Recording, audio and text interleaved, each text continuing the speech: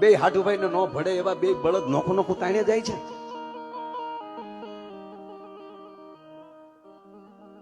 નકતા વેવાય ને નો ગમતે એમ બળદ ગાડાના પૈડે આડાવડા એક હરખો લીટો પડતો નથી, જાણે આમાં આયા જાય છે. અને હાહુ ને વહુ ને નો ભળતું હોય, નણંદ ભજાય ને અમુક અમુક ઘરે નો ભળતું હોય, એમ ગાડીના ઠાઠિયા ને ગાડી ને ભળતું નથી, એ ભભડતું જાય છે. આવો બરોબર દારિદ્ર્ય નો ઢગલો જાતો હોય એવો માણસ ગાડું લઈને નીકળ્યો, અને માં ભગવતી હાંભળજો, માનો આમ માથે પડચાયો પડે ને મારા બાપ, એ અહીંયા મંદિરેલી નીકળો અને ખાલી ધજાના દર્શન કરી લ્યો તો કોઈ દી તમારી આબરૂનો ધજાગરો ન થવા દે જગદંબા ભલામણા. જેવી તેવી વાત નથી મારા વાલા. અને માયામાં ઉસ્વાદ કર્યો, ભાઈ ગાડું ઉભું રાખ. ગાડા ખેડૂત પૂછે છે, ક્યાં જાવ છું ભાઈ? માં જીજુવાડે જાઉં છું, મારે આવવું છે. માં આવી જાવ, પધારો. ગાડા ખેડૂએ નક્કી કરી લીધું કે અવડું સ્વરૂપ વગડામાં હોય નહીં,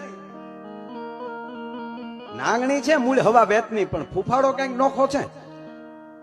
માં આવી જાઓ, પધારો પધારો. માં ગાડામાં બેસાડ્યા. માં પૂછે છે કે પણ તું રોયા છો કેવો? કે માં પાણી પીધા પછી ઘર થોડું પૂછે, હવે તો ગાડે બેઠા છો. કે પણ રોયા કેતો ખરો? માં છો વાણિયો. ઓ વાણિયાનો દીકરો થઈને બળદગાડો? કે હા માં, હું ગામડો માણા અને ઘીનો વેપારી છું, ગામડામાં જાઉં છું અને ઘીનો વેપાર કરું છું. સવારનો નીકળ્યો તો આ હાંજ પડી છે, હવે ઘરે જાઉં છું. પણ કે રોયા હાંજ પડી પણ ગાડું તો ખાલી છે. માં એટલામાં વાણિયા નક્કી કરી લીધું કે છેજ ફૂફાડો મારે ને તો મજા આવે, છેજ માને ખીજવું. એટલે વાણિયાનો દીકરો એટલે ધીમે ધીમે કીધું કે બાપા વાત સાચી, પણ હવારમાં ઘરેથી નીકળ્યો ને ત્યાં કવારક્યાના હકન થયા ને મારો દી બગડ્યો. અરે કે તારું ભૂંડું થાય એ વાણિયા, કવારક્યાના હકન કોઈથી નબળા હોય નહીં, પાછું વાળું છો.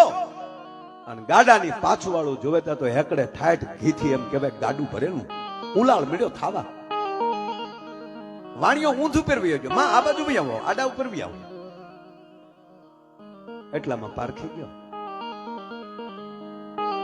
એ વાતો કરતા કરતા માં મારે ટૂંકી જ વાત એવી મૂળ 2 મિનિટમાં પૂરી કરું કે જીંજવાડા આવી ગયો. બળદ ગાડું ઉભું રાખ્યું અને વાણિયા કીધું માં જીંજવાડા આવી ગયું, કે ઉતરી જાઓ. કે માં તને ઉતરવાનું ન કહેવાય, તને ઘરે ન લઈ જવાય. તો હું શું કરું કે આ પાદર ને પાણે ઘડીક બેહે ને તો મારા બાયુ છોકરાને લેતો આવું, જેથી કરીને તારા દર્શન કરી લે, એ તો અમારો આળખો સુધરી જાય. માં આ ઘડીક પાદર ને પાણે બેહને, મારી માં ઘડીક બેહને મારા છોકરાને લેતો આવું. પણ વાણિયા મોડું ન કરતો, મારે મોડું થાય.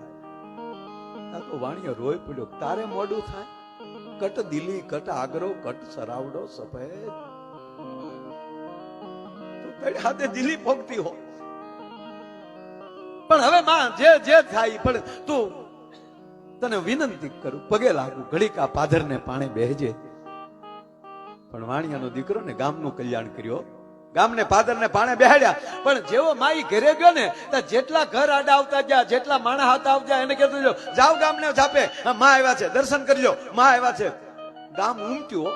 વાણિયો ઘરે ગયો, નાયો ધોયો, કપડા નવા પહેર્યા, છોકરાને એને તૈયાર કર્યા. પણ માં ઘાંઘા થઈ ગયા. આખું ગામ આવ્યું કે પાનાચંદ શેઠ ક્યાં મર્યો, પાન્યો ક્યાં ગયો, આ રોયો પાન્યો ક્યાં ગયો. કરોડો માણસ આવે પણ માની જીભ ઉપર એક તમારું નામ થવું જોઈએ. બધા પણ ઓલો હજી કેમ ન આવ્યો, હજી એક મારો દીકરો કેમ ન આવ્યો, એવા વાલા થઈ જજો ને પછી જોજો જીવન જીવવાની મજા આવે. ભલા માણસ હજી મારો દીકરો કેમ ન આવ્યો. ના તો પાનાચંદ શેઠ ડોકમાં ખેંચ, દીકરાની વહુ પોતાના ઘરના, હાલો બાજુ, હાલો બાપા, કુળદેવી થવાના છે, આપણા કુળદેવી થવાના છે. એટલે પાનેચંદ, હા માં મારા ગામમાં તમે આવો અને મારા ગામનો જણ કે કોઈ વ્યક્તિ બાકી રહી જાય તો એ મારી નબળાઈ કહેવાય. આજ આપ પધાર્યા અને મારું ગામ જો પાવન ન થાય તો માં મારામાં થોડી ગિલત કહેવાય. એટલે માં થોડો મોડો આવ્યો, પણ માં ઈ માને મારા ગામના બધાનું કલ્યાણ થયું. કે પાન્યા તારી ચતુરાઈ ઉપર હું ઓળગોળ છું, માગ મારા દીકરા, શું આપું માગી લે. પાનાચંદ શેઠ માગ્યા તારે જે જોતું હોય. તેથી પાનાચેન શેઠ પોતાની વૈષ્ણવી પાઘડી ઉતારી એટલું માં પગે લાગીને એટલું કીધું, માં તે આપવું થયું બધું આપી દીધું, મારે ગાડે બેઠી છું માં, માગવાનું શું હોય, પણ માં માગું એટલું કે આ જે પાણે બેઠી છો એ પાણે આવીને જેદી પુકાર કરું તેદી હાબદી થાજી, આ તારા બેહણાની લાજ રાખજે, આ પાણે આવીને પુકાર કરો તેથી ભગવતી તું આવીને હોકારો દે છે. સાહેબ પછી વાણિયાની 3-4 પેઢી વહી ગઈ પાનાચંદ શેઠની. માથેલી 50 100 વર્ષ માથેલી ગલથોલિયા ખાઈને વયા ગયા. અને એમાં નવાબી સત્તા આવી. જીજવાડાની ફરતો એમ કહેવાય કિલ્લો નાખવાનું નક્કી થયું. પાયા સપાણા અને જે જગ્યાએ કિલ્લાનો કોઠો આવે ત્યાં આ રાજબાઈ માનો થોડો આવે. આ વિધર્મીઓ એમ કહેવાય કે પાયા માલિક બધું ખોદીને કાઢીને ફેંકી દીધું અને કિલ્લો મળ્યો તૈયાર થવા. ઈ એક માથોડી કિલ્લો જાય, ચણતર જાય, ઈ માથેલી રાત જાય ને હવાર પડે તો એક પણ પાણો એમ કહેવાય દિવાલનો હોય નહીં. અને એક પછી એક ભુવાઓને તાંત્રિકોને ગામ ફરતી દૂધની ધારાવાળી કરી, કાચા ઉતરથી વીટવું, ઘણાએ ખમાહા કર્યું, પણ કોઈની માં કારી ફાવી નહીં. અને નવાબે મીટિંગ કરી કે આનું છે શું. વડીલોને બોલાવ્યા, અનુભવી માણસોને બોલાવ્યા અને એમાં એક અનુભવી વડીલે એટલું કીધું કે અમને એક વેમ પડે છે શેનો, કે અમારા ગામના પાનાચંદ શેઠને ગાડે બેહીને માં રાજલ પધારેલા અને એની આ ચોથી પેઢી છે એ માને પૂંજતા અને એ માનો થડો અહીંયા હતો એ આપણે ખોદીને કાઢ નાખ્યો છે. કદાચ ઈ તો નહીં હોય ને તો બોલાવો એ શેઠ ને, બે ભાઈઓ છે કે બોલાવો એને. કપૂરસંગ તલકસંગ खम्मा बाप जहां अपना नवाब बुला रहा है. अच्छा हमको कहा मोटा भाई कहा भाई उगी जाए न चला આપણને બોલાવે ડાયન પણ જો મોટા ભાઈ બોલવા આમ ફેર ન પડે. નવાબના દીકરા છેટડી જાય. આવ્યા જય શ્રી કૃષ્ણ ચલામ, જય શ્રી કૃષ્ણ ચલામ, જય માતાજી જય માતાજી. હા હવે આવ્યો લાઈનમાં. બાપા બોલાવાનું કારણ કે અમે સાંભળ્યું છે કે તમારા દાદાને ગાડે બેસીને માં આવેલા ને અહીંયા થોડો હતો. અમે પૂછતા ને અમારી માં હતી પણ હવે તમે કાઢી નાખ્યા. તમે નવાબના દીકરા, અમારે કઈ કહેવાય ને, ભૂલ થાતી માફ કરજો. હાડું છું અમારે પૂજવા માંડ્યા. ભલે ભલે બાપા ભલે ભલે. અરે ભલે ના દીકરા આ કિલો નથી થતો, અમે થોડા પાડવા આવીએ ન થાય. વાણીએ કીધું મનમાં કે દીકરા તને માના પરસા નહીં મળ્યા હો કે પણ શેઠ હા પણ અમારી પાસે તો બાપા શું ઉપાય હોય. આ તમે સત્તાધીશ માણસો, તમારા માણસો એ તમે હુકમ કર્યો એને કાઢી નાખ્યા. અમે કદી ના પાડી, અમે તમને કઈ પત્ર લખ્યો.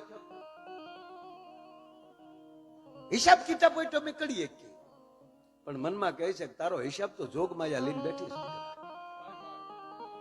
શેઠ કાંઈ ઉપાય, એક ઉપાય છે.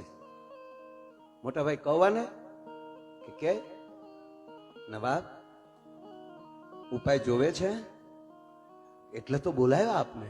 તો સાંભળ, रामायण वाचिस कि हमने सुना है, जरूर सुना है, हम उसका अभ्यासी है. तो ये तो खबर चले मां जानकी નું અપહરણ રાવણે કર્યું અને માं जानकी ને લંકામાં લઈ ગયા. હા, અને પછી રામ ત્યાં સેના લઈને ગયા. બોલો નવાબ કે પણ ક્યાં જીંજવાડા ક્યાં લંકા સાંભળવું. હા હા સાંભળવું સાંભળવું. તો ભગવાન રામ ગયા ને ત્યાં. હા, કઈ રીતે ગયા કે સેતુ બાંધીને. સેતુ કઈ રીતે બંધાણું? ત્યારે નવાબે કીધું કે રામ નામથી પાણા તર્યા. તને નવાબના દીકરા તને ખબર તો છે ને કે આ ધરતીમાં રામ નામથી પાણા તરે એમ. કે હા પાણા તર્યા. તક બસ તારી પાસે ઈ રસ્તો છે કે શું તે અમારી આઈ રાજલમાંનો એક થડો કાઢ્યો અને હવે તારી પાસે દીકરા એક રસ્તો છે કે તારા કડિયાને હુકમ કરી દે કે આ કિલ્લાના જેટલા પથ્થર મુકાય એ પથ્થરે પથ્થરે લખાવાનું ચાલુ થઈ જાય. જય ઉદાની રાજલ, જય ઉદાની રાજલ, જય ઉદાની રાજલ. ને પછી કાકરી પડે તો મને કહેજે. અને બાપુ કડિયાને હુકમ છૂટી ગયો. પાણે પાણે લખાવાનું ચાલુ થઈ ગયું, જય ઉદાની રાજલ, જય ઉદાની રાજલ. અને હજી આજની તારીખે કારણ ઝીંઝુડા જાવ ને તો જે જગ્યાએ માનો થડો હતો ને ત્યાં જ કોઠો બન્યો. અને ગાડા એમ કહેવાય ખોરડાવા રૂપાના પતરામાં પાનાચંદ શેઠ ગાડામાં બેઠા છે, માં આઈ રાજલ ગાડે બેઠા છે. અને આજની તારીખે પા ભાગનો કિલ્લો હજી ઊભો છે. એ કિલ્લે કિલ્લે લખ્યું છે જય ઉદાની રાજલ, પથ્થરે પથ્થરે લખ્યું છે જય ઉદાની રાજલ. મારો કહેવાનો સૂર એ છે, એમ આપણા શ્વાસે શ્વાસે જય હોનલ, જય હોનલ, જય હોનલ જેથી બોલવા મળશે ને તેથી મને નથી લાગતું કે આપણને જમ લેવા આવે. અખિલ બ્રહ્માંડના માલિકને આવવું પડે કે આ તો માનો દીકરો છે, અને જમડા ન મુકાય, અને જમડાની બીક ન હોય. અને એવી માં જગદંબા એમની જે આજે હોનલ બીજ અને અહીંયા હયું જ્યારે એમ કહેવાય કે દળાય છે, જ્યારે એની વચ્ચે હું પણ તમારી વચ્ચે આવીને છે બોલી શક્યો એનું મને ગૌરવ છે. અને ફરીવાર અહીંયા બેઠેલા તમામના ચરણોમાં કોટી કોટી વંદન કરી અને બધાઈને હોનલ બીજની ખૂબ શુભકામના સાથે બોલીએ હોનલ માત કી, કંકુ કેસર માત કી, આયાવાડની મોગલ માત કી, દ્વારિકાધીશ કી, ભારત માતા કી. ધન્યવાદ, આભાર, જય શ્રી રામ. માયાભાઈ